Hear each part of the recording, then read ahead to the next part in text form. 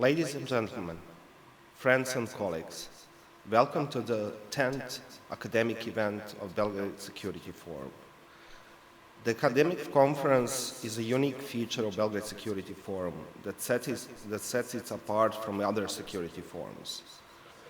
Belgrade Center for Security Policy and our head of Executive Board, Filip Eidus, are the initiators of this dialogue between scholars and policy community, and it was immediately welcomed by our partners, Belgrade Fund for Political Excellence and European Movement in Serbia. The idea logic behind the academic debates within the Belgrade Security Forum is to let the academics present the research about the current issues and policy professionals get broader picture beyond their daily headlines. Since the start, the academic event has addressed some of the most current debates for the region and the world, such as security challenges in the Balkans, building security community in the region, politics of memory at the big anniversaries such as the First World War, migration crisis, EU crisis management, and others. This year's topic, state capture and security, is highly relevant beyond the region of Western Balkans and under research academically.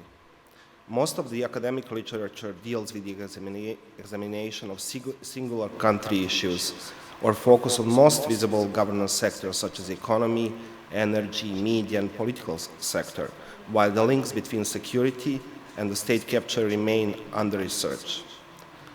With the organization of this event, we, the organizers of the Belgrade Security Forum, want to open academic discussion on the links between the state capture and security politics, as well as the possible contribution of literature on state capture to international relations. I want to thank our Filip Eidus, who has initiated this event and supported it from the very beginning, as well as Nemanja Đuverović from the Faculty of Political Science.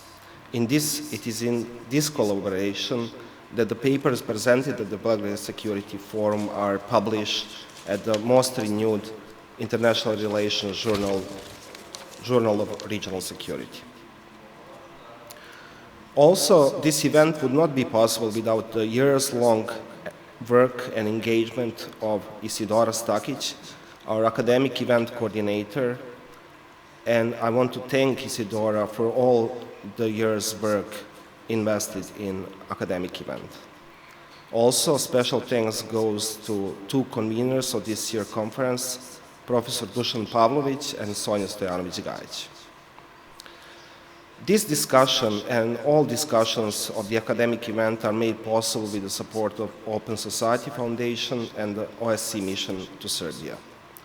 OSF has recognized the need for democratizing, for dialogue on security issues and involvement of thought leaders and think tanks from academia, while the OSCE mission has been the main supporter of bringing security studies closer to citizens, interested students by supporting this event and also master's studies at the Faculty of Political Science. I want to give floor now to the representative of the OSCE mission to Serbia, John Clayton, who is the head of Democratization Department. Mr. Clayton, the floor is yours. It's my great pleasure to welcome you all to the academic event, the Belgrade Security Forum. The OSCE mission to Serbia is proud to support the Belgrade Security Forum as a platform promoting dialogue, diversity, and inclusiveness. These are core values shared by the OSCE. The OSCE is the world's largest regional security organization and puts the human dimension at the forefront of its operations and promotes a comprehensive approach to security. And this is reflected in the nature of our work in Serbia. In today's world of interdependent security challenges, within and across borders, security actors need to adapt to a fast-changing and unpredictable environment. The development of an accountable and inclusive security sector goes hand in hand with good governance. This demands adherence to the rule of law, respect for human rights, gender equality, while also taking into account the needs of young people and supporting their active engagement. To support Serbia as a participating state of the OSCE, we are actively involved in strengthening democratic civilian oversight of the security sector. We work closely with Serbia's security sector institutions, independent bodies, parliament, civil society organizations, and academia. Their ownership over the process, and ultimately over the success achieved, is crucial for sustainability.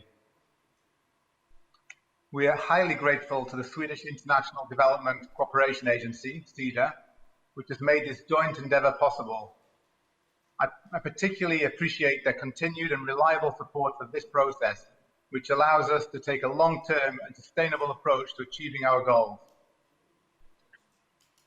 This year's topic, as you just heard, is state capture. While the term is relatively new, I believe it was first used by the World Bank in 2000, the issue is anything but new. Powerful elites have always sought to dominate governance and policymaking. Just as an example, I come from the UK, which is a monarchy. While power no longer resides with the monarch, it does reflect a long history when national policy was written to serve the needs of rulers who gained their position through the chance of their birth, rather than to serve the needs of the majority population. Democracy, and in particular the power of the population to choose and change their leaders, is critical in limiting state capture. However, this is often much easier to say than to do. Every country and situation is unique, and every country changes over time. There are no simple or universal solutions. Policymakers need to be creative, to learn from best practice, and to build upon their own experience. In this spirit, the OSCE mission to Serbia is committed to facilitating the exchange of ideas between the academic and policy community. And our support for today's event reflects this aim. In addition, we are providing long-term support to increase the skills and expertise of young people in Serbia. For the last 10 years, we've been supporting a scholarship program for master's and PhD students in security studies. Graduates from this program are now working and having a positive impact in a wide range of roles in academia, in the government, in the military, and in civil society. The mission is further building on the individual achievements of these young scholars through the creation of the Academic Alumni Network. This facilitates communication and coordination on security sector governance and reform. For the reasons I've just outlined, we're very happy to be a regular contributor to the Belgrade Security Forum. The way ahead demands overcoming challenges and differences through critical but constructive dialogue. Indeed, I'm greatly encouraged by the ambitious agenda of the Belgrade Security Forum and the number of distinguished speakers that enrich it.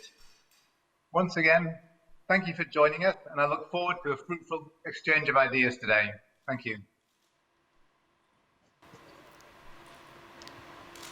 Thank you, Mr. Clayton, and thanks to the OSCE mission in Serbia for the support.